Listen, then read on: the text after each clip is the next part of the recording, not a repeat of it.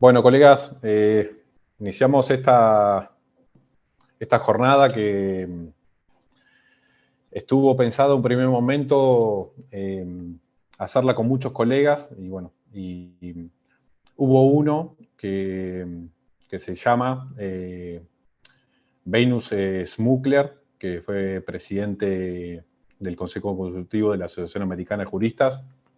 Él había aceptado como estar como expositor en esta jornada y bueno, se dio un tema de enfermedad y no está hoy en día entre nosotros y yo quería en este marco hacerle un homenaje a él y a la familia. Estuve hablando con la familia y bueno, también hacer esta actividad académica en homenaje a él y bueno, un poco eh, sumar de lo académico, como a él también tanto le gustaba, y bueno, y fue uno de los primeros que aceptó y estuvo siempre atento a lo que era la difusión y la organización de esta actividad.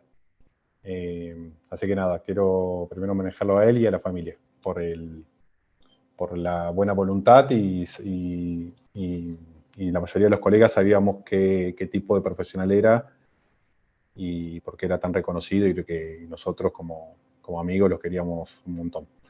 Eso en primer término. En segundo término, bueno, quería saludar a los expositores que aceptaron esta invitación. Bueno, Gustavo Arballo, agradecerte por la aceptación, a Marianela Flores, bueno, a Ángel Bruno y a nuestro amigo César Grau, que bueno, participa activamente de nuestra asociación y fue uno también de los impulsores de esta actividad académica. Por otro lado, quería comentarles que esta es nuestra primera actividad académica. Nosotros iniciamos el año académico desde Abogados Unidos, dando inicio con esta actividad.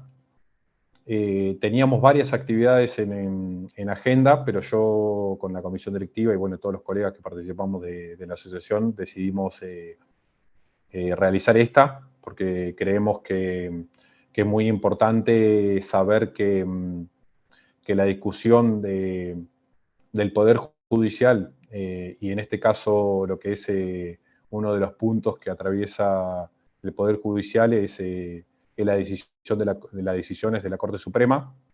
Justo se da en contexto que se está realizando desde la Comisión de Juicio Político del Congreso de la Nación el juicio político a la Corte. Y creo que nosotros como colegas, como juristas, como doctrinarios, no podemos estar afuera de esta discusión y un poco marcamos esta agenda para dar la discusión y que todos estemos por lo menos en conocimiento de lo que está pasando con la justicia y cada uno de lo académico poder darle oxígeno y también un marco de discusión serio y académico para lo que es el Poder Judicial. Nosotros de la asociación tenemos una postura que es que necesitamos un Poder Judicial que sea independiente e imparcial. Esa es la postura académica y doctrinaria que tenemos nosotros desde nuestra organización, Aguadil. Así que nada, quería cerrar con esto y cederle la palabra a la coordinadora Rosa Herrera, que también es comisión directiva y participa de nuestra asociación Aguadil. Así que Rosa, ahí te cedo la palabra para que presentes a los expositores. Muchas gracias, señor presidente. Bueno, va a exponer el doctor Gustavo Arballo, profesor adjunto de Derecho Público Provincial y Municipal, docente en la Cátedra de Derecho Constitucional y Derechos Humanos y Garantías de la Universidad Nacional de La Pampa, coordinador del curso de posgrado en Federalismo y Derecho Provincial FADEX, Comahue. Va a hablar, según signó, corríjame doctor, sobre la dimensión de la Corte, Legislativa, luces y sombras del derecho remedial en su jurisprudencia contemporánea.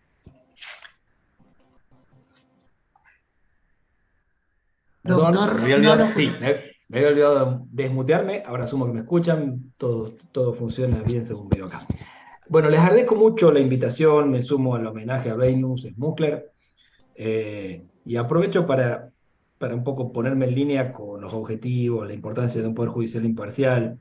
Eh, Todas las críticas son también, que muchas veces podemos hacer, son una carta de amor a la justicia como ideal, a nuestra visión de una separación de poderes. O sea, acá me parece que no cabe el escepticismo o esta pose de realismo superado, de cínico, de que todo esto es literatura, es Torre de Marfil, es teoría, sino que todas estas cuestiones que estamos hablando de diseños institucionales son realmente importantes y definitorias para la calidad de vida común. Puede no impactar en el índice de inflación del mes que viene, que por ahí es lo que estamos más siguiendo, pero estas cosas nos cuestan vida, nos cuestan patrimonio, y es importante pensar qué hacemos los tres poderes, y ahora vamos a este punto. ¿Qué hace el Poder Judicial? ¿Qué ideal de Poder Judicial tenemos? No quiero dar una clase, me parece que la idea es más de una conversación. Quiero recuperar un poco qué es lo que tiene que hacer la Corte, cuál es su rol en esto, y después voy a bajar a una parte más chiquitita de todo eso, que es lo que llamo la dimensión remedial. Bueno, cuestiones. ¿Qué creo yo? Esto es solo un punto general, por supuesto discutible, hay gente que estará de acuerdo conmigo y otra que no. ¿Qué veo yo cuando veo a la Corte? Olvídense de Rosati, Rosencrantz, Lorenzetti, qué sé yo. Veo un tribunal que está haciendo cosas que no tiene por qué hacer.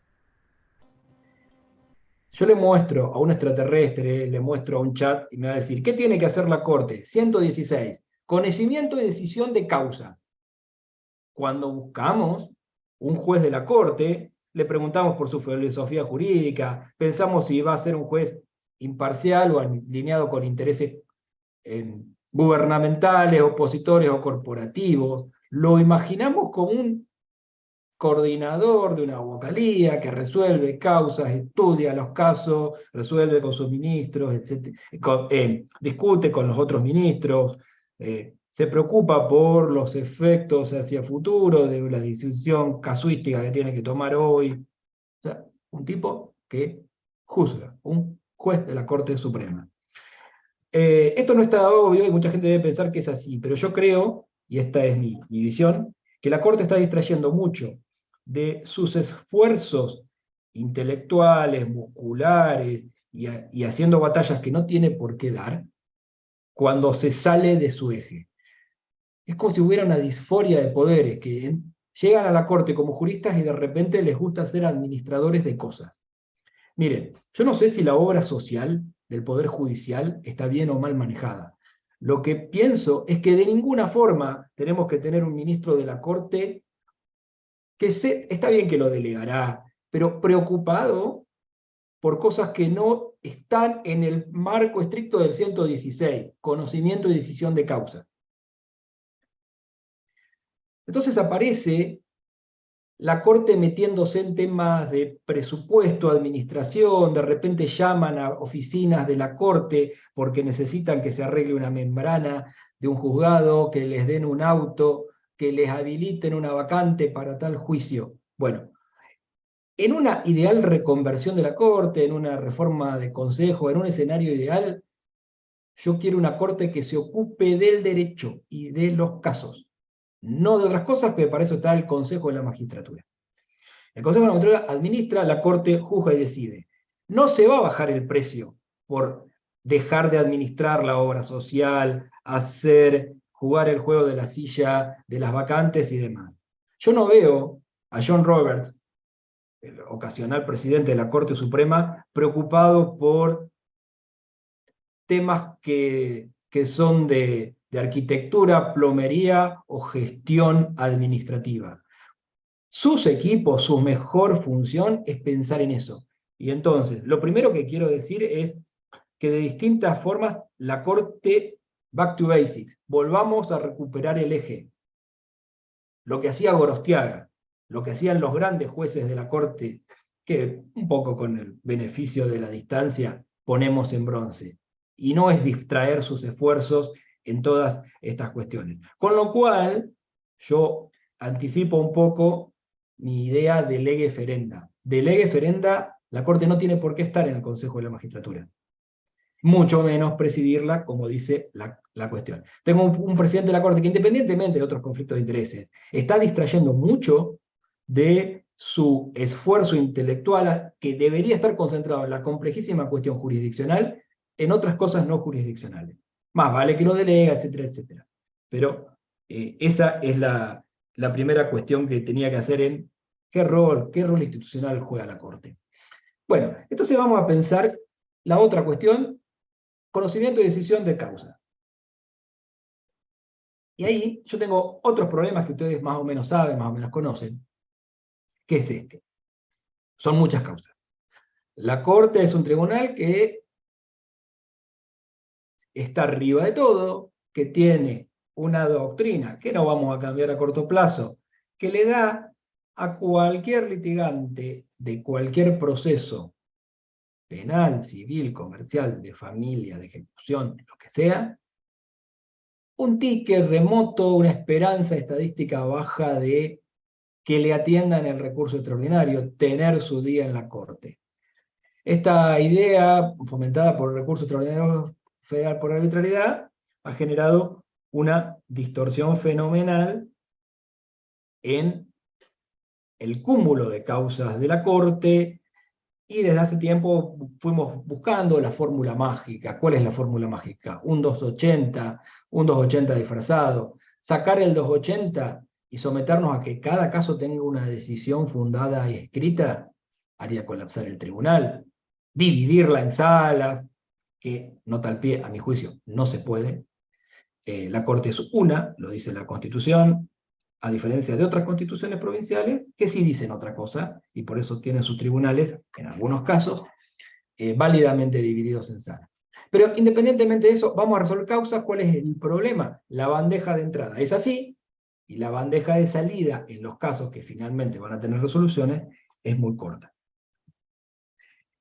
Y acá quiero hacer alguna cuestión sobre los grifos mayoristas y dar un paso atrás y hacer un poquito de, pongo un octógono de advertencia nutricional, el siguiente minuto debería contener alto porcentaje de teoría constitucional. Porque pensemos en esto, el modelo más viejo y que se sigue estudiando en los manuales, o sea, es ortodoxo, pero a la vez obsoleto, porque no describe adecuadamente la realidad, piensa que la Corte resuelve sobre inconstitucionalidades. Voy a la Corte a pedir la inconstitucionalidad por amparo, qué sé yo, resuelve casos, y ahí metemos la bolsa de la arbitrariedad, y finalmente es el intérprete final de la Constitución. En algún momento yo he hablado de un modelo Vera, y ahora les voy a explicar las 4 letitas. En las primeras 2 mitades, la B y la E, es validación, la Corte valida o invalida cosas, actos, leyes, y enunciación hace su trabajo hermenéutico, de interpretación de la Constitución, interpretación conforme para evitar invalidar. Entonces es un trabajo más de gabinete interpretativo. Ese es lo que muchas veces le decimos a los alumnos por simplicidad. Hace eso.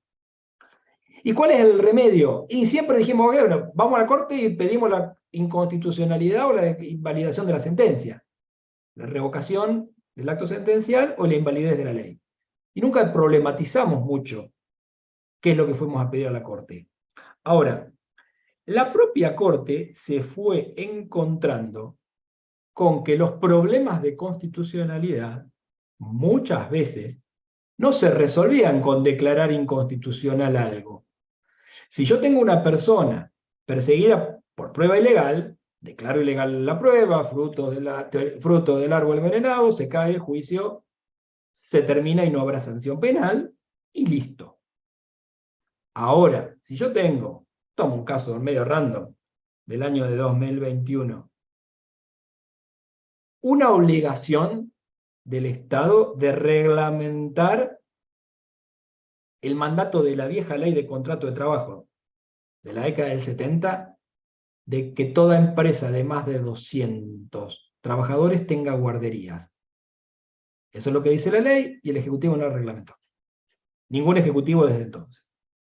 Estoy hablando del caso Echeverri, resuelto a fines de 2021 por la Corte Suprema, y eso ¿qué es lo que hay? Inconstitucionalidad por omisión. ¿Cómo la resuelvo? ¿Interpretando? Bueno, a partir de eso, y hay muchos otros casos, la lógica de los tribunales es, a la inconstitucionalidad por omisión, yo le tengo que hacer exhortación al legislativo, o en este caso al ejecutivo, encargado de reglamentarla. Acá medio de casualidad, digo, casualidad no, estadísticamente no es lo más frecuente, el cuentito tuvo su final feliz. En diciembre la Corte exhorta al Ejecutivo que reglamente, en marzo del año pasado el Ejecutivo reglamentó. Todavía, si siguieron un ciclo de noticias, van a ver a la UIA enojada con eso. Pero como comprenderán, ya no está dentro de lo que un tribunal puede hacer, sino que le está dando un pase al pie, un pase al vacío a veces. Está abriendo otras vías, y la jurisdicción no lo resuelve. Les pongo otro caso. Hay dos modos de resolver que podríamos llamar por goteo y por aspersión. Vamos al por goteo. Badaro, la Corte dice, no hay un cumplimiento, 2006, primer Badaro 1, no hay un cumplimiento cabal de la pauta de modalidad previsional. Dice la Corte, textualmente, contribuiría a dar mayor seguridad jurídica al dictado de una ley que estableciera pautas de aplicación permanente que aseguren el objetivo constitucional. Le está diciendo, sancióneme una ley que me fije esa pauta. Todavía no las aplicó la propia Corte. Le tira a la pared. El legislativo hace otra cosa, establece otro sistema de fórmulas que no es estrictamente la movilidad asegurada por el 14 bis. En Badaro 2 la Corte dice, bueno, como no me devolvieron bien la pared, vamos a aplicar esto. Y a partir de ahí aparece toda la cepa Badaro y toda la endémica práctica del Ejecutivo de apelar para dilatar los pagos, que ya venía de antes, etcétera, etcétera. Exhortó, no le salió, y pudo, pero todo eso lo va a ir resolviendo por goteo. Y un goteo pertinaz, permanente, que satura la agenda de casos. Hay otro modo de resolver, que fue ensayado con mucho optimismo y valentía por la Corte reconstituida, 2006-2007, que es, si no es por goteo, es por aspersión. Un gran grifo regador que capte la complejidad de un caso que trasciende al peticionante individual. Y así tenemos Riachuelo, Matanza, el caso Mendoza, iniciado en 2006, pero tuvo un montón de casos, de secuelas y secuelitas y qué sé yo. Porque ahí está claro, ¿qué pasa? No le tengo que decir a la persona, Mendoza Beatriz Silvia, que me reclamó, bueno, la contaminación me provocó, qué sé yo, un enfisema pulmonar, le reparo por incapacidad laboral y que me hagan juicio todos los que estén en la misma situación. Los colombianos tienen una buena idea, que es el estado de cosas inconstitucional. Yo no estoy reclamando la inconstitucionalidad de una norma, sino que a veces, como dije antes, el legislativo o el ejecutivo no actuó, no reglamentó. Y a veces ni siquiera es una cuestión normativa. Hay que hacer cosas, hacer obras públicas, hay que sanear el riachuelo. La Corte se metió, y en esa lógica que trasciende el formato individual, minorista. Y es la forma adecuada institucional, por eso quiero enfatizar este rol jurídicamente muy justificable, muy óptimo, porque en lugar de tener el goteo incesante de los badaros y badaritos, yo voy a resolver de una vez por todas algo. Muchas veces cuando escribo o hablo de esto, hablo en pasado. Las experiencias de Betrosa Batisilvia, las experiencias del otro caso que aparece casi en concomitancia con este, el hacinamiento de presos en cárceles bonaerenses, el caso Berbisky, habeas corpus colectivo. Perdón, De doctor, vuelta. Sí. le quedan 5 minutos más. Correcto. Bien. Entonces, después la Corte fue más allá. En Alavi inventó el amparo colectivo. Así como la Corte Vieja inventó en 57, 58 el amparo, nosotros inventamos el amparo colectivo. ¿Cuál es el problema de esto? Problemas. Sus exhortaciones, cuando se pone a hacer este diálogo, a veces, muy ocasionalmente, caso guarderías, funcionan. Otras veces tienen problemas de implementación, la reposición del procurador Sosa. Otras veces caen endémicamente en saco roto. ¿Cuántas veces la Corte reclamó que haya un defensor del pueblo? O sea, tenemos una ley, pero no está designado desde hace por lo menos 15 años. Y entonces, para esta mejor versión, que implica ya salir del B e ir al RA, que es remedios que trascienden lo interpretativo, y A, la de alcance. Dan un alcance que trascienda el caso. Para lo cual la Corte tiene que amplificar su mirada, hacer como el lobo de Caperucita, tengo ojos para verte mejor, tengo orejas grandes para oírte mejor. Inventó la Corte, por acordada a los tumbos, esos otros mecanismos de ampliar el input para que sea correlativo con el mayor output que iba a tener la sentencia. Entonces, ¿qué inventó? El amicus curiae, las audiencias públicas, el formato procesal de amparo colectivo. ¿Cuál es el problema? El problema es que todos estos puentes o estos artificios procesales, ortopédicos pero necesarios para que haya congruencia entre input y output, están rotos, de ruido, mal apuntalados, etcétera, etcétera. ¿Qué tenemos? La Corte convoca amicus, pero no lo lee mucho, parece que no se hace cargo. El amparo colectivo está mal apuntalado en base acordada de la propia Corte, y diferentes gobiernos le han esquivado mucho a esta especie de acción de clase criolla. La Corte cada tanto hace audiencias y se solaza con ella, cannabis medicinal, la super mega audiencia del Grupo Clarín, pero la verdad es que siguen siendo eventos muy puntuales, muy a cuentagotas, de uno por año, y encima lo debatido en ellas raramente aparece reflejado en los fallos. Muchas veces alguien tiene la sensación de decir, voy, la gente habló, esto es por la galería. Bien, estos son los dos temas con los cuales quería cerrar. Las luces, estamos descubriendo que ya no es todo interpretación e invalidación, sino que la Corte tiene que tocar otras cuerdas, que ha encontrado, y algunas veces le ha salido bien, o sin salirle bien progresa un poco, esta especie de jugar un poco al diálogo de poderes por otros mecanismos. Y el problema es que la política no parece estar muy conforme con esto, no le lleva el apunte, no activa estos otros mecanismos, piensa que es una cuestión de cuántos jueces vamos a poner, si va a haber salas o no, o el elenco de jueces y demás, sin pensar en estas cosas que son de apoyo, y que independientemente, aunque cambiemos esto. Y la Corte no se toma en serio, en primer lugar, su propio rol jurisdiccional, por la forma en que lo contamina con ínfulas de gestión y demás, y tampoco se termina de tomar en serio lo que tiene que hacer, porque permite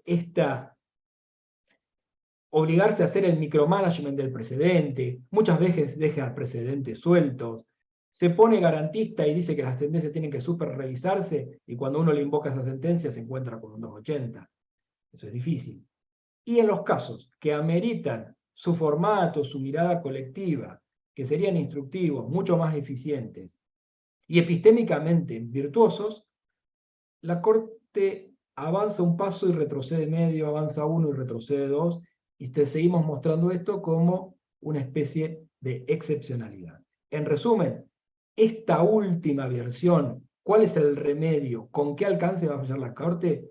Debe ser incluida, embutida en este artículo 116, conocimiento y decisión de las causas. Esto concierne a la propia Corte y tal vez en mucha mayor medida concierne a otros poderes del Estado que tienen que embarcarse en este diálogo de poderes y darle, no a la Corte, como si fuera una cuestión graciosa, sino al sistema, una mayor batería. Antes la inconstitucionalidad era un on-off. Ahora, esta complejidad, la mayor juridicidad, el hecho de que se trate de litigios policéntricos, ya no es Ticio contra Ulpiano, reclaman que haya este tipo de foros que aparecen muy poco juridizados y siguen siendo todavía mucho más experimentales como para que uno los pueda ver en trance de consolidación provechosa. Hay muchas cosas más para decir de la Corte, elijo focalizar en estos dos temas que, insisto, trascienden en mucho la coyuntura, y si no les estamos mirando, por más otros cambios que hagamos hecho en el tribunal, en códigos y leyes, vamos a seguir teniendo problemas. Bueno, muchísimas gracias, doctor, por su exposición. Ahora le vamos a dar lugar a la doctora Marianela Flores Díaz, abogada feminista, mediadora, especialista en Derecho de las Familias, maestranda en Derecho y Economía, presidenta de Proyecto Generar, y va a exponer sobre funciones de la Corte. ¿Es así, doctora?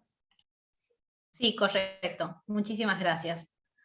Bueno, buenas tardes a todos y a todas. Quería agradecerles a este espacio, a los Abogados Unidos. Creo que le falta abogados y abogadas unidas. Para la próxima les dejo esa tarea. Primero, agradecerles no solamente la participación, sino que también quiero celebrar que hayan traído una discusión que a mi entender es también política, y es una discusión que está en la agenda pública, en la agenda política, sobre la Corte Suprema de Justicia. Creo que quizás a los espacios de libre asociación que tenemos abogados y abogadas, en nuestro espacio, en nuestro ámbito, le falta más discusión, más debates, ¿no? Y quizás aprender a estar en desacuerdo y a ver qué consensos podemos construir, y de esos consensos o de esos desacuerdos, qué tipo de aportes podemos hacer a los debates sociales actuales. Bueno, el tema que a mí me toca particularmente es sobre la función de la Corte. Acá le quiero agradecer al doctor, que me encanta, lo tuve de docente en un curso de reforma judicial, y me pareció muy, muy importante el aporte. Yo voy a hacer como un volantazo total del abordaje del doc, con todo respeto, y voy a empezar a hablar sobre la función política que tiene la Corte, que para mí es muy importante. Creo que tenemos que trabajar mucho en el ámbito abogadil, de recoger los debates sociales, traerlos, ¿no? Traerlos a nuestros espacios de discusión sobre lo que está pasando actualmente. Y la verdad que en este último tiempo estuve escuchando en los noticieros, en los medios de comunicación, cómo se trata de instalar la idea de que la Corte Suprema de Justicia de la Nación es solamente un tribunal superior que tiene en última instancia, está encargado de revisar las sentencias que indudablemente ese es el rol que tiene y son las facultades que le atribuye la Constitución Nacional, pero creo que peligrosamente, ¿no?, se ha tratado de dejar parte de la naturaleza jurídica que tiene la Corte Suprema de Justicia como cabeza del Poder Judicial, de sacarle como parte de su naturaleza jurídica su función política, que es nada más y nada menos que ser uno de los poderes del Estado. Y dicho esto, ¿por qué decimos que tiene una función política la Corte Suprema? ¿Por qué decimos que no es solamente un tribunal jurisdiccional? ¿Y por qué decimos que es un poder del Estado? Porque es el encargado de velar, ¿no?, sobre todas las normas constitucionales, sobre nuestra Constitución Nacional, y porque está encargado de declarar la inconstitucionalidad de una norma, ¿no?, revisarla, declarar la inconstitucionalidad de un acto administrativo, y porque funciona además como un contrapoder del poder ejecutivo, del poder legislativo, cuando estos no se ajustan a esta Constitución, a todo nuestro sistema normativo. Y entonces, en ese rol, deja de ser un poder neutro y pasa a ser un poder del Estado. Y acá es donde yo quiero traer a debate lo que viene pasando en la actualidad, es que si es un poder del Estado, como el poder legislativo, como el poder ejecutivo, que tiene una función política, que es guiar la conducción de nuestro país, queda por fuera, lo reducimos solamente al tribunal, y queda por fuera el debate, ¿no?, social y el reclamo del pueblo de cómo es ese funcionamiento, cómo está funcionando ese poder del Estado que en cabeza de la Corte hoy tenemos. Y por un lado, ese es como se los dejo como interrogante. Si nosotros sacamos del debate la función política que tiene la Corte, nos quedamos sin analizar qué es, cómo se está desempeñando como poder del Estado.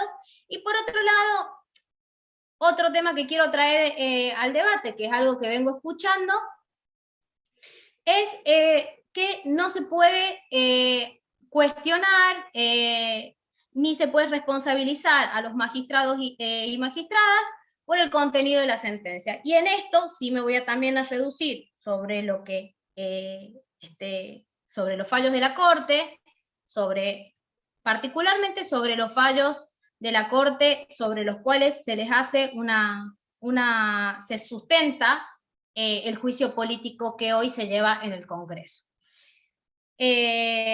El fallo de 2 por 1, ¿no?, que concedía el 2 por 1, el fallo Muiña.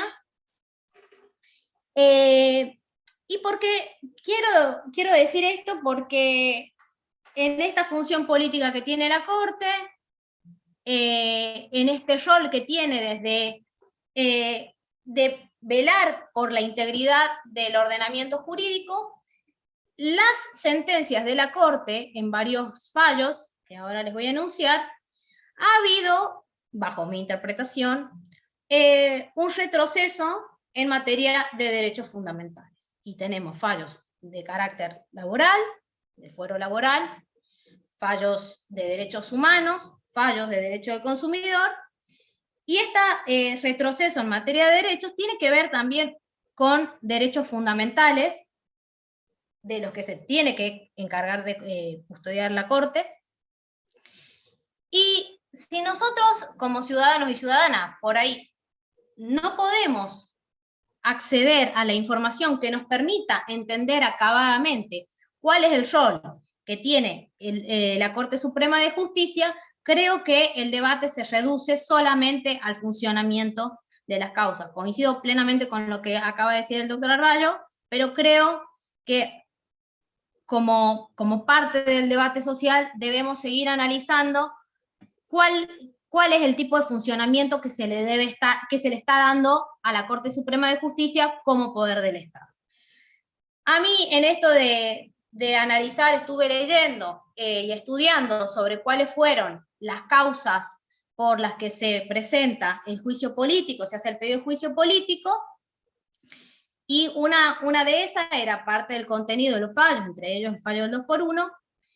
Después teníamos el fallo de la coparticipación, que reduce, reduce la repartición federal en perjuicio de las provincias. Después, como lo comentaba el doctor Arballo también, el fallo sobre el Consejo de la Magistratura, que también fue muy discutido. Y entonces empezamos a ver que el rol que tiene la Corte en su actual conformación ha empezado a tergiversar ese rol político.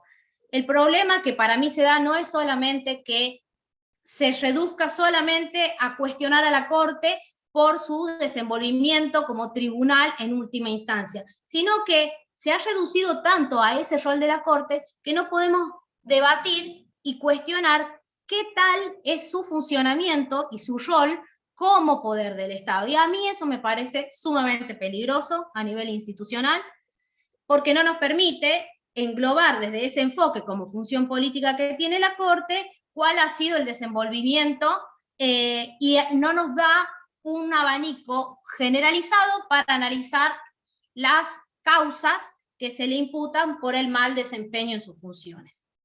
Eso por un lado. Y por el otro lado, a mí me parece que cuando analizamos el mal funcionamiento, y yo sí hablo de la actual conformación de la Corte Suprema de Justicia, a mí sí me interesa decirlo así, porque creo que los debates y las discusiones que tenemos dentro de la academia y de la doctrina también tienen que ser de acuerdo a un contexto en particular y en un momento dado de la historia, ¿no? Estamos hablando de una discusión muy importante en nuestro país, el juicio político sobre la actual conformación de la Corte, y a mí me parecía importante traer esto a discusión. Por supuesto que no tengo las respuestas de todo, por supuesto que mi idea era que lo podamos debatir. Estuve yo charlando con otras colegas sobre esta cuestión discursiva que se le intenta dar en el medio de comunicación, de reducirlo solamente a tribunal jurisdiccional, y a mí me parecía peligroso, porque nos aparece otro obstáculo acá, que es también la distancia que existe entre el derecho, los letrados, ¿no?, que podemos conocer del derecho y podemos opinar de las cosas, que tienen efectos jurídicos y demás, y la sociedad y el pueblo se queda fuera de estas discusiones. Creo que en este sentido tenemos que sumar, ¿no?, a la sociedad en general, a la comunidad, porque la Corte, en su rol político, tiene que velar a través de sus fallos institucionales por el interés de la sociedad en general, de la comunidad. Entonces ahí está su principal rol político. Si no podemos visibilizar que tiene un rol político, y si no podemos, sin visibilizar, ser críticos de ese rol político y asumir que es un poder del Estado, difícilmente podamos avanzar y salir de lo que yo considero, en mi humilde opinión, que estamos frente a una crisis institucional. Hoy el Poder Judicial está ante una crisis institucional, y esto no solamente se basa en una opinión personal, sino que creo que de distintos sectores de la sociedad se viene haciendo una crítica sobre la demora de justicia. Acá bien lo explicaba el doctor, cómo se va produciendo, cómo la Corte termina fallando sobre muy pocas cosas, por distintas razones, lo comprendo, pero creo que tenemos que empezar a generar y a facilitar las herramientas para que, como decía Pal, estos debates que se hacen sobre el poder judicial sean serios. Y para eso también tiene que participar la sociedad, porque si no nos estamos quedando cortos. En definitiva, el Poder Judicial es un sistema que tiene que estar abierto a las necesidades de ciudadanos y ciudadanas, ¿no? Entonces, si están por fuera, si no pueden comprender cuáles son las funciones que tiene el Poder Judicial, y si solamente reducimos a una de las funciones sobre la Corte Suprema de Justicia y no debatimos que es un poder del Estado, cómo se viene desempeñando, qué conductas se le están cuestionando, de qué manera se le cuestionan, y bueno, creo que hay una pata que nos está faltando. Y a mí sí me parece importante. Yo vengo de una formación universitaria, donde del derecho solamente podemos hablar los letrados, y yo creo que en eso, por ahí, tenemos que dar un paso más, tenemos que trascender y poder buscar y encontrar en la manera de tejer puentes para que la sociedad comprenda de lo que hablamos. Creo que tenemos un debate muy importante, creo que sacar la función política que tiene la Corte en su control jurisdiccional y en su control de legalidad, que es un control jurídico, pero que tiene consecuencias netamente políticas, nos impide a nosotros poder entender que el problema que hoy tenemos con la Corte Suprema de Justicia, razón por la cual hoy se está debatiendo en el Congreso de la Nación, solamente se reduce a un tribunal que es imparcial, que es intocable, sobre el que no podemos opinar, y a mí eso me parece peligroso, porque si como sociedad no podemos cuestionar cuál es el funcionamiento que tiene el Poder de Justicia, que en definitiva es un servicio de justicia para todos y para todas, y que no estamos conformes, que no hay una transparencia, que no hay una rendición de cuentas de un Poder Judicial que tiene que actuar como garante de esos derechos fundamentales de ciudadanos y ciudadanas, creo que tenemos mucho para trabajar, creo que hay una crisis institucional, y que creo que el primer paso para avanzar esa crisis institucional es abrir caminos hacia un debate, ¿no?, que incluya a otros sectores de la sociedad, y por otro lado, reconocer, ¿no?, las atribuciones y las facultades que tiene el Poder Judicial, que tiene la Corte Suprema de Justicia. Hablo particularmente del debate que se está dando en el Congreso, y desde ahí partamos de la base para hacer críticas y aportes para cambiar el sistema de justicia, que en definitiva está para facilitarnos la vida a todos, para resolver cuestiones de las personas, derechos fundamentales, cuestiones patrimoniales, como lo decía el doctor, cuestiones de familia. Creo que nos queda mucho para trabajar, y creo que tenemos un desafío muy importante, que es incluir a los demás sectores sociales en este tipo de debates, acercar el derecho, que creo que como parte del juramento, doctora, que todos hicimos como abogados. Sí, voy cerrando. 3 minutitos le quedan. Perfecto. Tenemos un compromiso ético de acercar el derecho a ciudadanos y a ciudadanas, pero para eso tenemos que ser francos con el rol que tienen verdaderamente las instituciones. Creo que este es un debate larguísimo, ojalá este sea el primer paso. Y bueno, muchísimas gracias por escucharme, quedo atenta a que tengamos un ida y vuelta al finalizar en el debate. Muchas gracias. Muchas gracias, doctora, por su exposición. Ahora va a hablar el doctor Ángel Bruno, presidente de la Federación Interamericana de Abogados. Ideas para un futuro de la Corte Suprema. Es su tema. Buenas tardes, doctor. Buenas tardes a todos y a todas. Yo también comienzo agradeciendo a la Asociación Civil, de acuerdo a lo que decía la doctora que me antecedió, abogados y abogadas unidos y unidas. Gracias por haberme invitado a participar en este debate tan importante. Yo creo que es fundamental hablar hoy de la Corte Suprema de Justicia de la Nación. Quiero también, como lo hizo el doctor Arballo al iniciar su exposición, al homenaje que se le brinda a nuestro gran amigo Beinus Smukler. Beinus fue un gran compañero, un gran amigo. Yo tuve el honor de ser vicepresidente de la Asociación de Abogados de Buenos Aires cuando él era presidente, hace ya 10 años, y también participar junto con él de la Asociación Americana de Juristas.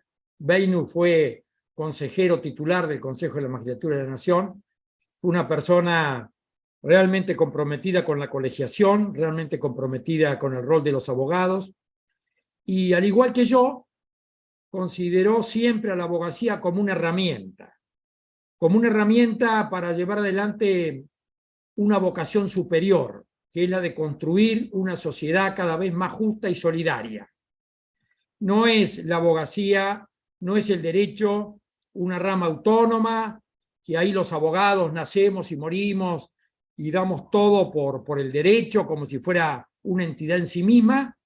El derecho no es más ni menos que una herramienta para que los que tenemos vocación de servicio utilicemos y la utilicemos, nada menos que para defender ese valor esencial en la vida comunitaria que es la justicia. Creo que Venus Smukler fue un militante de esto y por eso yo entonces me sumo al homenaje que hoy se le brinda. Lamentablemente falleció hace unos pocos días y por eso no nos puede acompañar hoy como estaba previsto. Simplemente antes de comenzar decirles que soy el presidente actual de la Federación Interamericana de Abogados. Esta es una entidad que reúne a colegios de abogados y abogados individuales de todas las Américas y del Caribe. Es una institución continental que tiene 80 años de vida, que nació para defender la democracia, para defender el Estado de Derecho, para defender la vigencia de los derechos humanos en todos nuestros países, con dispar éxito a lo largo de su vida, pero que estamos comprometidos durante esta gestión a luchar fuertemente por el imperio de esos valores esenciales para la vida en sociedad.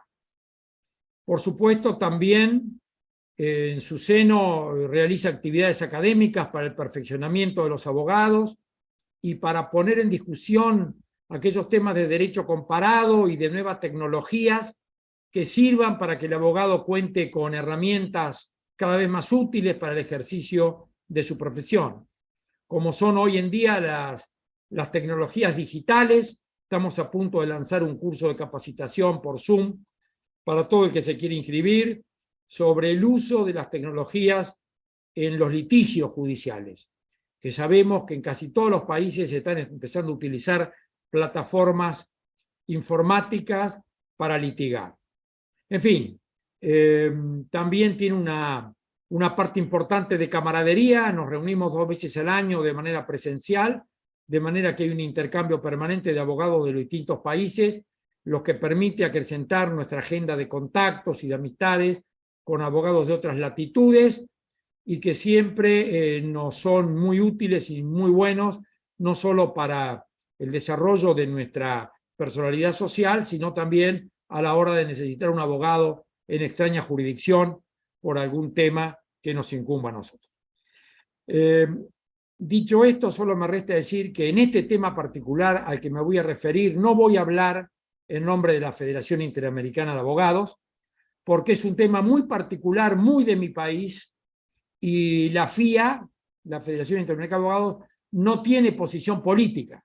Y yo voy a hablar hoy, al igual que lo que hizo Marianela hace un rato, de los temas políticos que tocan hoy a la Corte y que son fundamentales. Así que desligo a la FIA de responsabilidad y solo voy a hablar a título personal. En ese sentido quiero decirles que yo fui vicepresidente primero de la Federación Argentina de Colegios de Abogados, fui vicepresidente primero durante 2 periodos del Colegio Público de Abogados de la Capital Federal y pertenezco a la Asociación Civil Justicia Legítima, además de haber sido diputado nacional en su momento y convencional constituyente de la Ciudad de Buenos Aires. Quiere decir que son esas las credenciales que hoy me habilitan a tocar el tema como lo quiero desarrollar. Y ahora sí comienzo en los escasos 15 minutos que me han sido concedidos, de los que ya se me fueron 2 o 3, pero me parece que era importante comenzar de esta manera.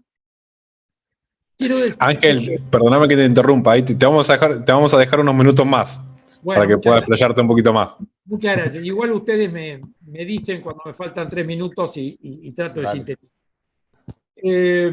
Evidentemente celebro que haya un debate sobre la Corte Suprema, hoy en día es un tema central. La Corte es la cabeza de uno de los poderes del Estado, del Poder Judicial. Y el Poder Judicial viene desde hace mucho tiempo ejerciendo de muy mala forma su rol. La crisis del Poder Judicial, Marianela habló de crisis, no solo es de la Corte, es del Poder Judicial. Es un poder del Estado que goza de una consideración social extremadamente baja, mucho más baja que el Poder Legislativo y que el Poder Ejecutivo, cualquiera sea el presidente que lo esté ocupando. El Poder Judicial es una de las instituciones del Estado que más baja valoración social tiene hoy en la Argentina. Y no es de casualidad. La gente percibe que este es un Poder Judicial corporativo, que defiende sus propios intereses antes que los intereses de la sociedad, que es un poder elitista, que es un poder de muy difícil acceso para los sectores vulnerables, que ni conocen el derecho y mucho menos cómo tienen que hacer para hacerlos valer, en caso de que lo conozcan. Es un poder que tiene muy poca transparencia en su función y es un poder que lamentablemente no tiene controles que lo hagan verdaderamente responsable de sus actos. Y aquí comienzo entonces un poco con el tema que se me había asignado, que es el control del Poder Judicial. El Poder Judicial, todos los poderes del Estado en un sistema republicano tienen controles. El Poder Legislativo está controlado precisamente por el Poder Judicial. Si se dicta una ley que alguien tacha de inconstitucionalidad, bueno, el Poder Judicial, desde un juez de primera instancia, puede decretar, no, se equivocó el Poder Legislativo, ha hecho una ley que no corresponde, es inconstitucional. Lo controla y le tira abajo una ley. Y aunque se apele, se llega a la última instancia de la Corte Suprema, dice es inconstitucional y se acabó la ley. Ahora después vamos a hablar del rol político por el cual muchas veces se decretan inconstitucionalidades, pero vamos al caso teórico. El Poder Legislativo es controlado por el Poder Judicial. Lo mismo pasa con el Poder Ejecutivo. Sus decretos pueden ser tachados de inconstitucionales. Ha pasado hace poco con el decreto que el Gobierno Nacional estableció otro régimen de coparticipación federal para la Ciudad de Buenos Aires. Fue decretado inconstitucional por una sentencia de la Corte Suprema de Justicia, que además se extralimitó porque la Corte Suprema, que no tiene facultades para ello, estableció un porcentaje de coparticipación. Pero a la Corte Suprema o al Poder Judicial, ¿quién lo controla? A los juzgados inferiores los controlan los juzgados superiores. A un juez de primera instancia lo controla la Cámara correspondiente. En el fuero penal, a la Cámara lo controla la Cámara de Casación Penal.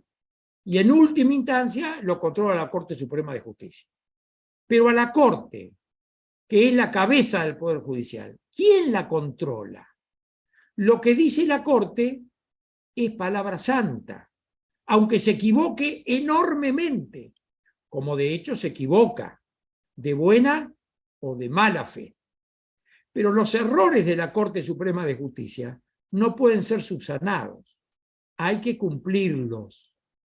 El único recurso que se tiene es el juicio político, que es lo que está pasando en este momento. El juicio político es el único control que tiene la Corte Suprema de Justicia. Pero es un control muy difícil de llevar adelante, porque para que se haga efectivo se requiere una mayoría especial muy alta que muy difícilmente se consiga. 2/3 partes de cada una de las dos cámaras que componen el Poder Legislativo. Vale decir, cuando llega un pedido de juicio político, se reúne la comisión correspondiente de la Cámara de Diputados, que es la Cámara iniciadora, tiene que avanzar ese pedido de juicio político, tiene que dictarse un dictamen de comisión donde se establezca que hay mérito para iniciar el juicio político, tiene que plantearse las acusaciones que dan lugar a ese dictamen y que hablan del mérito de seguir adelante, pero luego la Cámara de Diputados tiene que aprobar por 2/3 partes ese dictamen y realizar una acusación. Hoy en día todos sabemos que es imposible lograr ese número, porque la oposición política del gobierno, que es el que inicia el pedido de juicio político, ya ha dicho no solamente que no va a votar a favor, sino que no se va a sentar a discutir ningún tema de cualquier naturaleza que sea en la Cámara de Diputados mientras permanezca la intención del Ejecutivo de realizar un juicio político. Fíjese entonces que ese control que la Constitución permite y establece es muy difuso y es de muy difícil cumplimiento. Hay un antecedente cercano donde sí funcionó. Fue cuando Néstor Kirchner acusó a los miembros de la que se llamó Corte Menemista, de la mayoría automática, y logró un consenso parlamentario que finalmente destituyó a los jueces. Pero hay algunos elementos que hoy no están. El primer elemento es que era una corte que estaba absolutamente desprestigiada por todos los sectores, desde la academia hasta lo político, pero además había un consenso político antimenemista. Por lo tanto, no fue difícil conseguir mayorías parlamentarias para proceder con el control. Pero actualmente no existe esa voluntad política de buscar la verdad, porque de eso se trata el juicio político, de hacer un juicio. Hay una acusación con determinados fundamentos, con determinadas razones, hay un derecho de defensa por la cual los imputados podrán defenderse, y habrá voces que defiendan a la acusación y voces que defiendan la defensa que hacen los imputados. Y luego la Cámara, convertida en Cámara acusadora, analizará unos y otros fundamentos y finalmente buscará la verdad a través de diversas pruebas y emitirá un fallo absolutorio o condenatorio, y en ese caso irá al Senado, que se constituirá como Cámara ya no acusadora, sino resolutoria o definitoria. Pero no hay voluntad de llegar a la verdad. Hay una simple decisión política de no permitir que avance. Y hay una colaboración mediática que quiere instalar que este pedido de juicio político no es ni más ni menos que un avance tremendo sobre la independencia de los poderes. Cosa que obviamente no es así, porque es una herramienta constitucional. Por lo tanto, hacer uso de una herramienta constitucional no es avanzar sobre la independencia de ningún poder. Yo vivo esto como una falencia, como una debilidad de nuestra Constitución. La Constitución argentina es débil porque no hay un verdadero juego cruzado en esto de los controles de los poderes. No hay una equivalencia entre el control que el Poder Judicial hace de las leyes que dicta el Poder Legislativo o de los decretos del Poder Ejecutivo con el control tan ambiguo y tan débil que le puede hacer el Legislativo o el Ejecutivo al Poder Judicial. Hay otra debilidad del sistema republicano, que es el tema de los poderes. La Constitución habla de 3 poderes. En el sistema republicano teórico y tradicional son el Ejecutivo, el Legislativo y el Judicial. Y hay controles hacia ellos 3, entre ellos 3. La realidad fáctica del mundo en que hoy vivimos nos dicta que hay muchos más poderes reales, que están incluso por encima de los poderes formales de nuestra Constitución Nacional. Y hoy en día el poder económico concentrado a nivel mundial, y el Papa Francisco se ocupa de decirlo permanentemente, el 1% de la población tiene el 50% de la riqueza que se produce en el mundo entero. Y es una intolerable injusticia que tan pocos tengan tantos y tantos no tengan nada o casi nada. Ese poder económico concentrado opera sin duda como un poder real absoluto. Y ese poder real absoluto tiene un aliado central, que es otro poder real, que es el poder mediático hegemónico. Vaya pinza que hacen estos 2 poderes reales. Muy difícil trabajar con estos 2 poderes reales en contra, Hay gobiernos que han logrado luchar y han logrado llevar adelante políticas sociales con estos poderes en contra. Pero en la República Argentina, desde hace un tiempo, hay un tercer aliado que forma parte de esa tríada de poder, es el Poder Judicial. El Poder Judicial hoy en día no nos tiene que preocupar que nos escuchen decir con todas las letras. Hoy en día el Poder Judicial es un aliado necesario del poder mediático y del poder económico concentrado, y actúan de consumo. Por eso aquellas leyes que tocaban de alguna manera los irritantes privilegios que tiene el poder mediático fueron catalogadas de inconstitucionales. Ahí tenemos la ley de medios, que fue discutida a lo largo y a lo ancho del país durante 2 años, que fue votada en las 2 cámaras por un 70% de los votos de los legisladores nacionales, y que es similar a la que rige en Estados Unidos, que no es precisamente un país socialista. Sin embargo, la Corte Suprema de Justicia, no la Corte, desde jueces de primera instancia, impidieron durante 3 largos años la aplicación de esta ley, tachándola de inconstitucional a través de medidas cautelares. Y cuando llegó a la Suprema Corte, decretó sí que era constitucional, salvo alguno que otro artículo.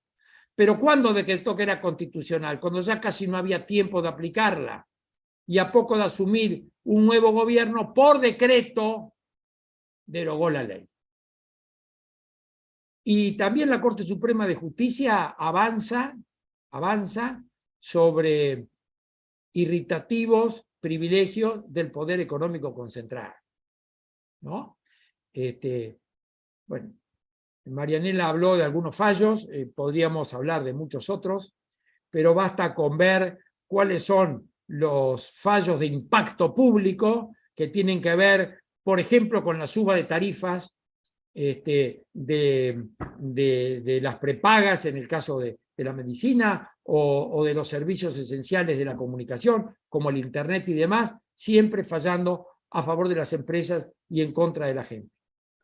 Pues bien, esta debilidad constitucional, esta debilidad del sistema republicano, esta debilidad que tenemos, nos sume en un enorme pesimismo, porque pareciera que la Corte Suprema finalmente gobierna, porque a través de sus sentencias dice lo que le parece y no hay remedio, y hay que aceptarlo.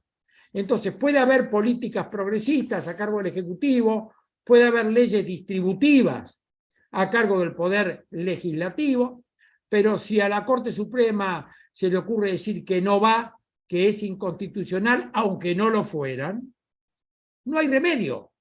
Nadie puede decir, se equivocaron, Corte Suprema, vuelvan para atrás. No hay remedio. Hay algunos remedios que yo voy a proponer ahora, de difícil a lo mejor concreción, pero por lo menos a nivel teórico. Hubo un remedio que hizo dar marcha atrás con una resolución de la Corte, que fue la movilización popular. Cuando dictó ese tremendo fallo del 2x1, 1 millón de personas salieron a la calle. Y provocó tanta conmoción que fue el propio Poder Legislativo que sacó inmediatamente una ley reparatoria y la Corte tuvo que aceptarla y dar marcha atrás con su sentencia. Pero el pueblo movilizado no es sencillo. El pueblo movilizado es difícil.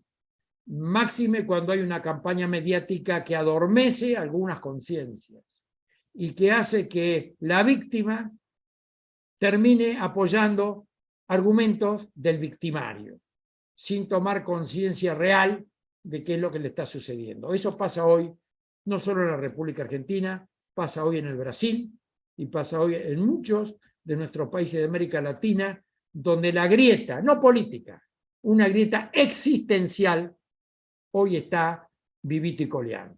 Los que queremos una sociedad fraterna, solidaria, donde sea imposible sentirse que crece uno si no crecen los que están al lado nuestro, versus aquellos que creen en el emprendedurismo o en una mala visión de lo que es la meritocracia, porque dicen, si yo valgo, ¿por qué tengo que compartir lo mío con los que nada tienen? Por algo no tendrán nada, porque serán vagos o serán indolentes o estarán en otras cosas o porque querrán vivir a costa del Estado. Pero yo que me he esforzado y que trabajo, vale decir, hay un elogio del egoísmo, algo que hasta hace poco sería impensable, porque aún el egoísta consideraba que el egoísmo es un disvalor y decía que era solidario, pero hoy se sacan la careta y hablan del egoísmo como si fuera un valor. Esto está hoy incluso en muchos precandidatos a presidente en nuestro querido país. Entonces, para no abusar del tiempo, ¿qué remedios podría haber para este control de nuestra Corte Suprema, ¿no?, como cabeza del Poder Judicial? Miren, primero debería haber un listado de las cuestiones políticas no justiciables. Esto de las cuestiones políticas no justiciables lo conocemos desde el primer año, los que estudiamos Derecho, desde el ciclo básico común. No todo puede estar sujeto a la tutela del Poder Judicial.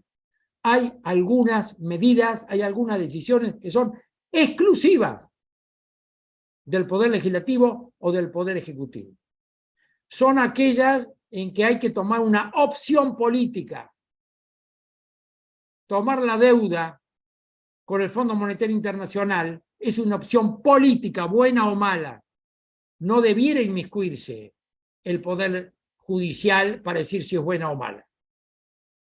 Si la Constitución establece que un estamento del Consejo de la Magistratura debe representar a los legisladores y que esa representación se da por bloques y hay un reglamento que establece cómo son los bloques en cada Cámara Legislativa y es el presidente de la Cámara el que dice quiénes son sus representantes, esa es una decisión política de la Cámara, donde no se debe inmiscuir el Poder Judicial o la Corte Suprema como sí lo ha hecho, dando lugar claramente a una fundamentación sólida para el juicio político, por haber ese poder sí haber sobrepasado su propia autonomía, o mejor dicho, por haber pisoteado la autonomía de otro poder. Entonces, si dejamos en mano del Poder Judicial cuáles son las causas no justiciables, bueno, el Poder Judicial sigue haciendo lo que quiere, porque dice, en esto no me meto porque yo digo que no es justiciable, pero en esta sí me meto porque yo digo que sí es justiciable. Entonces yo creo que ayudaría mucho que hubiera un catálogo objetivo de cuáles son las cuestiones políticas no judiciales. Y ese catálogo objetivo podría ser una ley que el Parlamento, vale decir, los representantes del pueblo dijeran, por ley, bueno, estos son los temas que no se pueden tocar en el ámbito judicial. De la misma manera que una ley dice cuáles son los temas que no pueden ser legislados por un DNU, por un decreto de necesidad y urgencia. No puede haber temas impositivos, no puede haber temas penales, no puede haber temas electorales en un decreto de necesidad y urgencia. De la misma manera, una ley debiera decir cuáles son las cuestiones políticas no justiciables para que no cometa abuso el Poder Judicial. Otro tema, y en esto yo me inspiro en la Constitución de la Ciudad de Buenos Aires. Yo tuve el honor de ser convencional constituyente, de participar con Raúl Zaffaroni de la Comisión de Justicia de esa convención y también de la Convención de Redacción. Y en el capítulo del Poder Judicial, la Constitución de la Ciudad de Buenos Aires establece una acción originaria ante el Superior Tribunal de Justicia, que es la acción de inconstitucionalidad. ¿La agarraste? No, fui a enjuagar. Vale decir, perdón Mariela, si podés mutearte.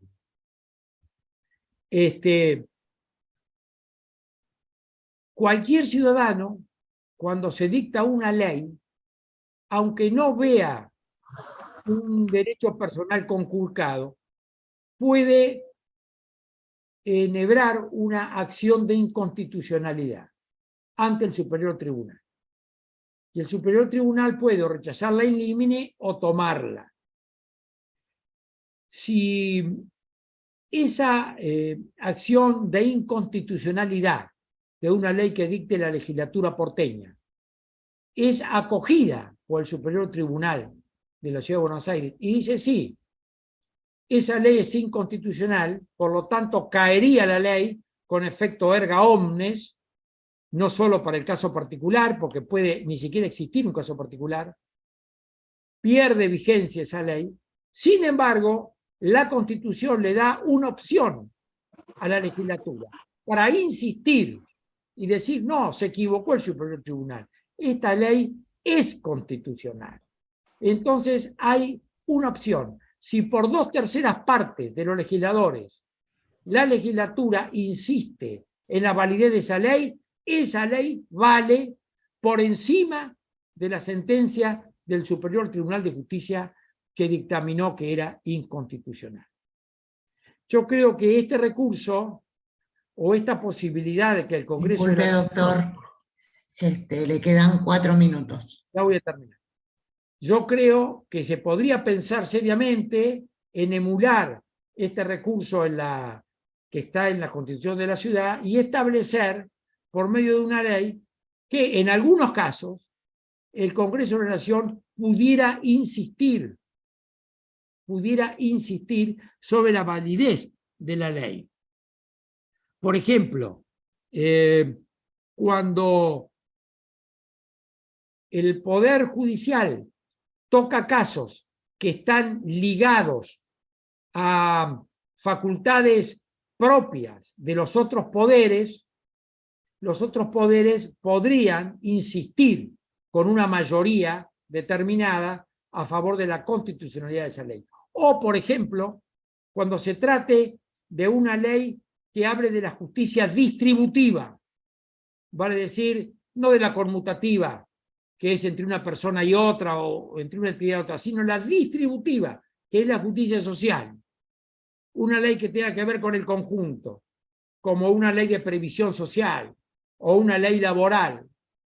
Bueno, en esos casos, que se permita por una mayoría especial al Congreso tener su opinión definitiva sobre si es constitucional o inconstitucional la ley que es atacada por el Poder Judicial o por la Corte Suprema de Justicia. También se debería fijar plazos a la Corte Suprema para que dictamine. No puede ser que políticamente retengan los temas, como en el caso de la ley que declaró inconstitucional del Consejo de la Magistratura después de 15 años, cuando ya de hecho y por derecho consuetudinario esa ley era válida.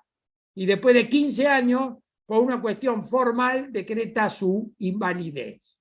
Entonces, que tenga plazo y vencido el plazo, no puede más emitir dictamen sobre esa cuestión, ¿no? Finalmente, también se amerita hoy por hoy una clara reglamentación de la Ley 48, que es el recurso de arbitrariedad. No puede ser que cualquier tema, de cualquier índole que sea, pueda llegar a la Corte porque le fueron dando cabida a los tribunales interiores diciendo que es arbitraria. No, que haya una reglamentación clara, concreta y de pocos casos que tengan que ver con la arbitrariedad. Cerrando entonces, digo, hoy en día el Poder Judicial adolece de fallas tremendas que lo desacreditan ante la ciudadanía y lo desacreditan y a su vez desacredita ese mal funcionamiento al sistema republicano de gobierno que tiene nuestra República Argentina. Hace falta una profunda reforma judicial y esto debiera ser visto como una cuestión de Estado, no una cuestión que favorezca a un partido político o a una orientación de gobierno y que desfavorezca a la otra. Esto es un problema de Estado grave y debiera conseguirse las mayorías adecuadas para darle solución a esta circunstancia. Hay muchos proyectos de reforma judicial, desde muy amplios hasta muy puntuales, que debieran, que merecen tener tratamiento. Hay 3 o 4 leyes con sanción del Senado y que están paralizadas en diputados porque no se quiere dar solución a un problema grave, que es un problema que tiene que ver con el republicanismo. El juicio político que hoy se le hace a la Corte puede ser un inicio de este debate.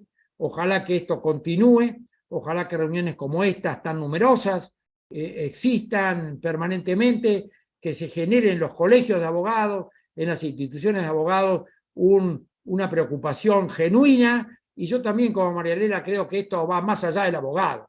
La justicia es algo que compete a toda la ciudadanía. Todos los ciudadanos de a pie tienen que hablar de la justicia, porque la justicia no es solo cuestión de abogados, tiene que ver con la vida cotidiana de todos y de todas en nuestros países y en nuestras democracias.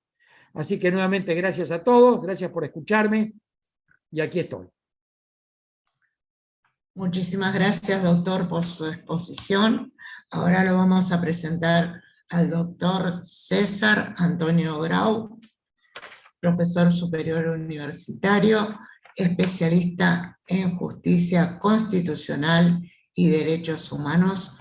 Es candidato al Consejo de la Magistratura de la Nación, vocal titular de enjuiciamiento del Ministerio Público Fiscal de la Nación, y él va a exponer sobre cortes en el mundo. Bienvenido, doctor César. Muchas gracias, Rosa. Buenas tardes a todos y a todas en este Zoom, y bueno, y un agradecimiento especial a la Asociación Civil Abogados Unidos por haber organizado este evento, en homenaje a Beinus, al recordado Beinus de Muckler, que era un apasionado de todos estos temas, como bien ya anticipó Ángel en su exposición, a lo largo de toda su dedicación a la abogacía. Y él estaba muy preocupado precisamente por esto también de la imagen negativa del Poder Judicial y de la justicia, que ni siquiera digamos, ha alcanzado niveles inéditos, está en un 92% de descrédito. Es decir, que la imagen positiva no llega a los 2 dígitos. Si el Poder Judicial tuviera que ser un poder democrático, ¿no? Un poder, digamos, si tuviera que ir a las urnas, no podría sostenerse ni 5 minutos. Esta es un poco una de las cuestiones por las cuales un descrédito tan grande hace que todavía este estado de cosas siga manteniéndose a lo largo de los años, ¿no? Pero ahora más profundizado. El tema del derecho comparado siempre viene bien traer a colación a un grande de la literatura como Chesterton, cuando escribió La pequeña historia de Inglaterra, no pequeña porque es una obra monumental, ¿no? Toda la de Chesterton, en donde reflexionaba, dirigiéndose a Kipling, de que una persona podía haber recorrido todo el país, todos los recovecos, podía haber conocido todas las universidades, todos los colegios de esa nación, pero si no salía de esa nación, en ese caso de Inglaterra, no conocía Inglaterra. Y ahí podemos traer esa comparación con Argentina. Uno puede conocer todas las instituciones argentinas, puede conocer la constitución de pe a pa, la jurisprudencia nacional, pero si no conoce cómo está el mundo, cómo funcionan otros sistemas judiciales, otras cortes supremas, otros tribunales supremos, no conoce Argentina. Así que me tomo el atrevimiento, ¿no? Por lo gigantesco de la cuestión, de traer 4 o 5 paradigmas que nosotros tomamos como grandes verdades y que, a fuer de analizarlos un poco, pueden llegar a ser, en realidad, verdades relativas o mitos.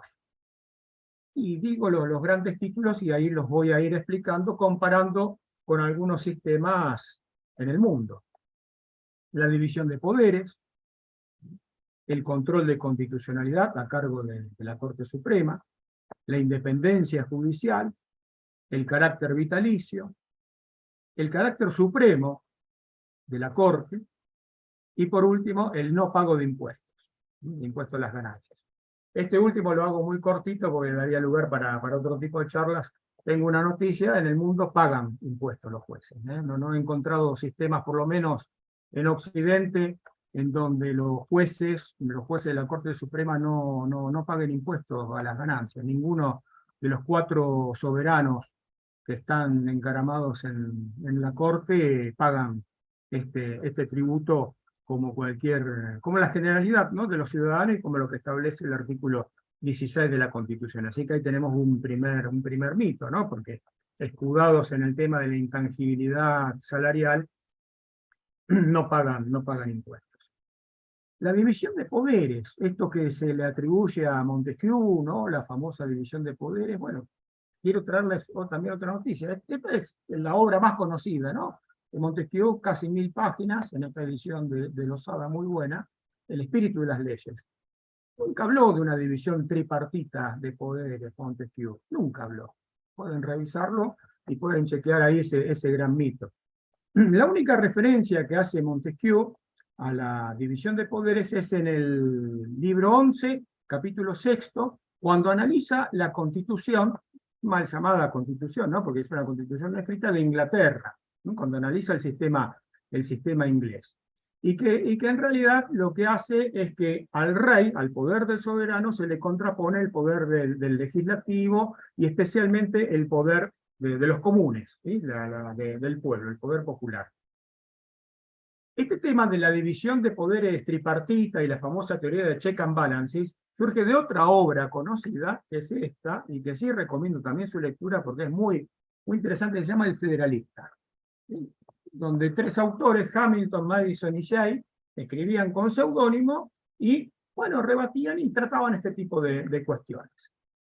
Ahora bien, aclarado esto del mito de la división de poderes que no falsamente atribuido el carácter tripartito en sí mismo a Montesquieu y que en realidad debe atribuirse a los autores del Federalista, que son los más conocidos, tenemos que decir que no es universal la división de poderes. Por ejemplo, hay países en el mundo que hay solamente un solo poder, y saco de lado las dictaduras, los países de monarquías absolutas, saco de lado todo eso, ¿no? Pero por ejemplo Suiza, no hay división de poderes, hay un solo poder que es el legislativo, el presidente es electo por la Asamblea Federal, dura 1 año en sus funciones, eligen concomitantemente al vicepresidente que va a asumir el otro año, y la Corte Federal Suiza, es electa por esta Asamblea por un periodo de 6 años.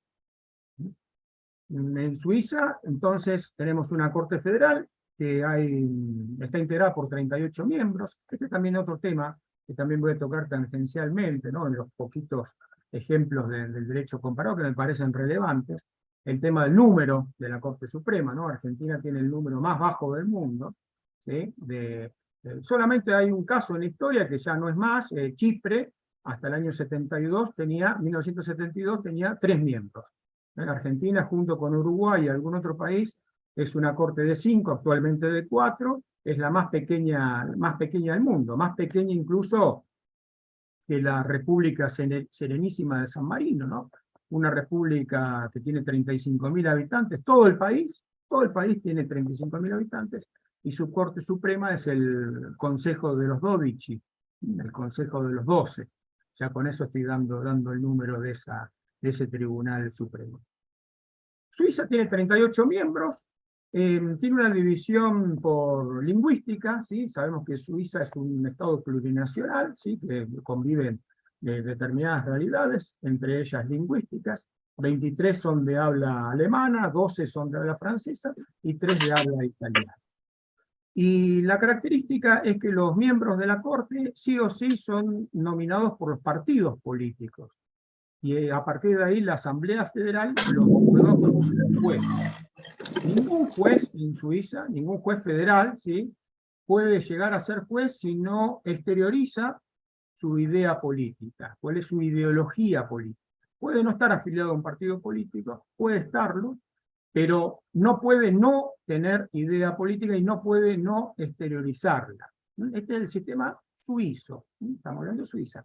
Dije federal porque en algunos sistemas cantonales, ¿no?, que serían los estados, que forman parte de Suiza, hay elecciones populares. Por ejemplo, no sé, el cantón de Glarus, que es de habla germana, incluso en algunos poblados de ese mismo cantón, las votaciones se hacen a mano alzada de quién va a ejercer la función de la magistratura, ¿no? Recordando a antiguas magistraturas como la romana o la griega.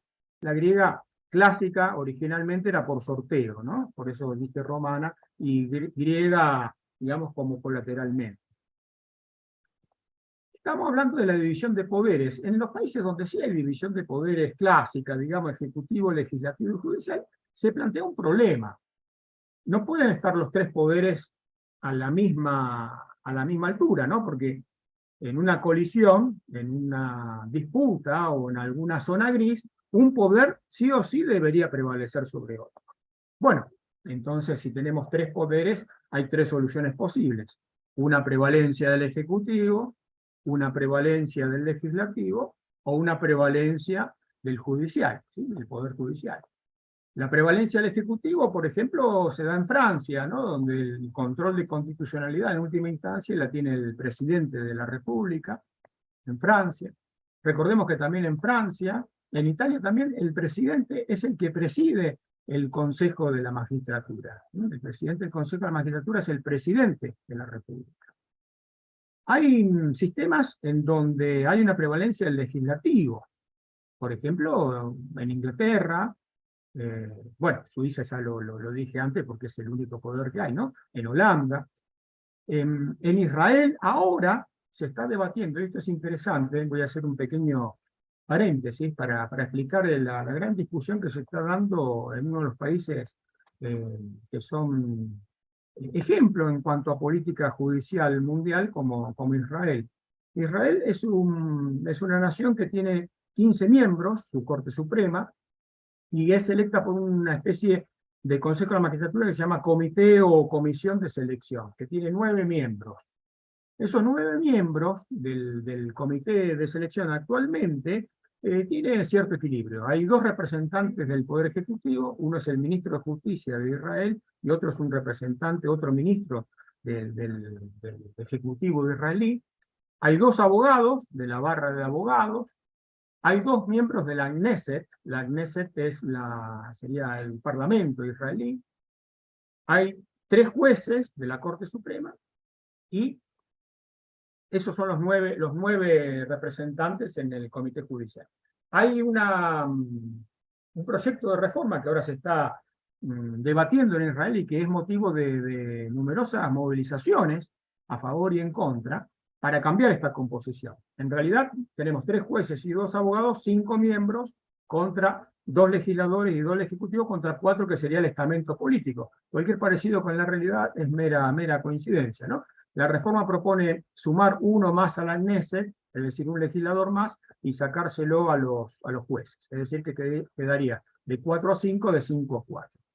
Y la segunda reforma que propone es que actualmente en Israel el control de constitucionalidad lo tiene la Corte Suprema, obviamente no puede declarar inconstitucional ninguna ley básica. A ver, Israel cuando se independiza en 1947, automáticamente es desconocida por todos sus vecinos y le declaran la guerra. Se convocó una convención constituyente en el 48, y esta convención constituyente estaba más preocupada por la guerra y la posible desaparición o peligro inminente de esa nación, y todas sus leyes, sus primeras leyes que fue dictando, se consideran como leyes constitucionales. ¿Por qué? Porque esa Knesset, ese primer parlamento, la primera convención constituyente se transformó en parlamento directamente israelí, y por lo tanto todas las leyes que hizo ese primer parlamento se consideran leyes básicas con rango constitucional, con lo cual no son susceptibles de control judicial. Las leyes posteriores sí, salvo que tengan una mayoría especial y entonces se incorporen a un estatus similar a la ley básica, ¿no? Hasta tanto se sancione una constitución. Lo que se propone con esta reforma es que si la Corte Suprema declara inconstitucional alguna ley no básica, el Parlamento, la Knesset, pueda revocar esa sentencia de la Corte y volverle a dar vigencia, ¿sí? En Argentina es como más o menos pasó en los hechos con Muiña, ¿sí? La Corte dictó una sentencia, en el caso Muiña, por 3-2, ¿sí? Recordemos que Macchiavelli y Lorenzetti votaron en contra, es decir, con el mantenimiento de la doctrina de la inaplicabilidad del 2 por 1 a los delitos de lesa humanidad, pero sí la doctora Hayton de Nolasco, Rosenkrantz y Rosati dijeron que sí era aplicable esa norma. El Congreso dictó una ley interpretativa de lo que era la norma originaria, fruto de la movilización popular, como bien dijo el doctor Bruno, y la Corte después dijo, bueno, se dictó la nueva ley, y bueno, ya está. Salvo Rosenkrantz, que dijo, no, por más que se dicte una nueva ley, ya la sentencia está dictada y es el carácter supremo de la sentencia. Rosenkrantz mantuvo su postura. Esto se está debatiendo ahora en el tema del juicio político. En la Comisión de Juicio Político, una de las acusaciones por mal desempeño es precisamente esta, digamos, con muchísimos más fundamentos, los que puedo decir en estos breves minutos. Entonces, teníamos el tema israelí, Israel... Disculpe, doctor, debate. Quedan 4 minutos más. Bueno, 4 minutos, entonces voy a decir 2 breves palabras de un par de países más y ya cierro. Hay países donde sí hay un predominio popular, que hay elección directa por parte de la población, de los jueces de la Corte Suprema. El caso latinoamericano más conocido es Bolivia. A partir del año 2009 hay una elección popular de los jueces de la Corte Suprema. El otro caso muy conocido es Japón. Japón, a partir de la Constitución de 1946, tiene un sistema de ratificación popular de los jueces. Cada 10 años la población dice sí o no, como si fuera una especie de referéndum, a la continuidad de los jueces de la Corte Suprema de Justicia. Y es Japón, ¿no? Estamos hablando de un país de primer mundo, si es que los hay, ¿no? Otra característica es si es suprema o no la Corte. Bueno, en primer lugar, tengo que decirles que no, eso es un mito, la Corte Suprema, ¿no? El Supremo, en todo caso, serían los tribunales internacionales. A partir de la suscripción de la Constitución del 94 y de pactos y convenios internacionales, tenemos, por ejemplo, la Corte Interamericana de Derechos Humanos, que ha ordenado revocar sentencias a la República Argentina, el famoso caso Ministerio, también llamado más comúnmente como el caso Fontevecchia, en el año 2017, y que la Corte ha incumplido esto, y que esto también debería ser materia de debate, ¿no? Porque la Corte Interamericana ordena revocar la sentencia a la Corte Nacional. Y tampoco podemos decir que las Cortes son supremas en el mundo, porque por ejemplo tenemos el caso alemán. Alemania tiene 6 Cortes Supremas, y acá voy a hacer un pequeño minuto como para explicar, pues, se habla mucho de los números. La Corte Constitucional Alemana, que solamente debate el tema de constitucionalidad de leyes, tiene 16 miembros. Pero la Corte Federal Ordinaria, que es la última instancia en materia civil, comercial y penal, tiene 127 miembros en la Corte alemana. Y hay otras 4 cortes que también son supremas en el ámbito de su competencia. Una Corte Federal Administrativa, una Corte Social, una Corte del Trabajo, una Corte Laboral sería, y una Corte de Hacienda, que es para asuntos tributarios. No me puedo extender más, simplemente la reflexión que hacía, en todo caso, si hacen alguna pregunta se podrá ampliar, la reflexión que hacía Montesquieu en el prólogo de su gran obra. Montesquieu fue juez, fue juez en Francia, en la Francia monárquica, fue juez por herencia. De hecho, él vende el título de juez, era barón de Montesquieu, vende el título, no la baronía, sino el título de juez, y con ese dinero se dedica a hacer esta monumental obra. Lo cuenta en su prólogo.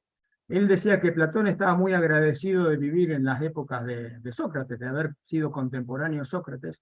Montesquieu estaba muy agradecido de vivir en su época por haber podido estudiar todo lo que vino después de Platón, los griegos y los romanos. Y nosotros podemos decir que tenemos que estar agradecidos del mundo y del lugar que nos toca vivir, que es Argentina, que es un país maravilloso, es único, no solo en su sistema judicial, sino en muchísimas características, y también por lo vertiginoso que representa. En pocos años hemos tenido tantos cambios que el Poder Judicial va a cambiar. Bueno, muchas gracias.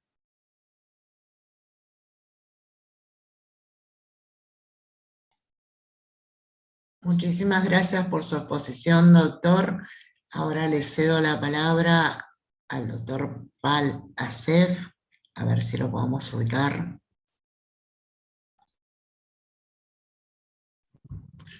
¿Qué tal, Rosa? Bueno, nada, agradecerte, César, Gustavo, Marianela, Bruno, por por todas las palabras. Y bueno, cerrando la actividad, si querés, Rosa, podemos leer las preguntas que se han hecho en el chat para que le demos una devolución a los No colegas hay y estudiantes que preguntas, están escuchando. no hicieron preguntas. Se ve que todos se concentraron y no escribieron nada, no preguntaron nada. Bueno, si querés aguardemos Solamente están felicitando por las exposiciones. Bueno, perfecto. Bueno, si querés vayamos... Dicen que esperemos fueron unos muy minutos, estamos claras. cerrando, si querés, la actividad. Bueno, le cedo la palabra, doctor Asef, cierre usted. Yo agradezco a los expositores, fue muy claro y tuvimos mucha difusión porque ha habido demasiada cantidad Bueno, de personas. perfecto. Bueno, gracias, Rosa, por coordinar la actividad. Gracias a todos los expositores y bueno, espero que le haya sido de interés a todos los estudiantes y bueno, y abogados y abogadas que participaron. Y bueno, los esperamos en la próxima actividad académica, que la estaremos publicando y difundiendo desde la página web de la Asociación de Abogados. Así que muchas gracias a todos y a todas. Muchas gracias, muchas gracias a todos por la invitación y a los Gracias, participantes por habernos escuchado. Muchas gracias, me sumo. Un saludo.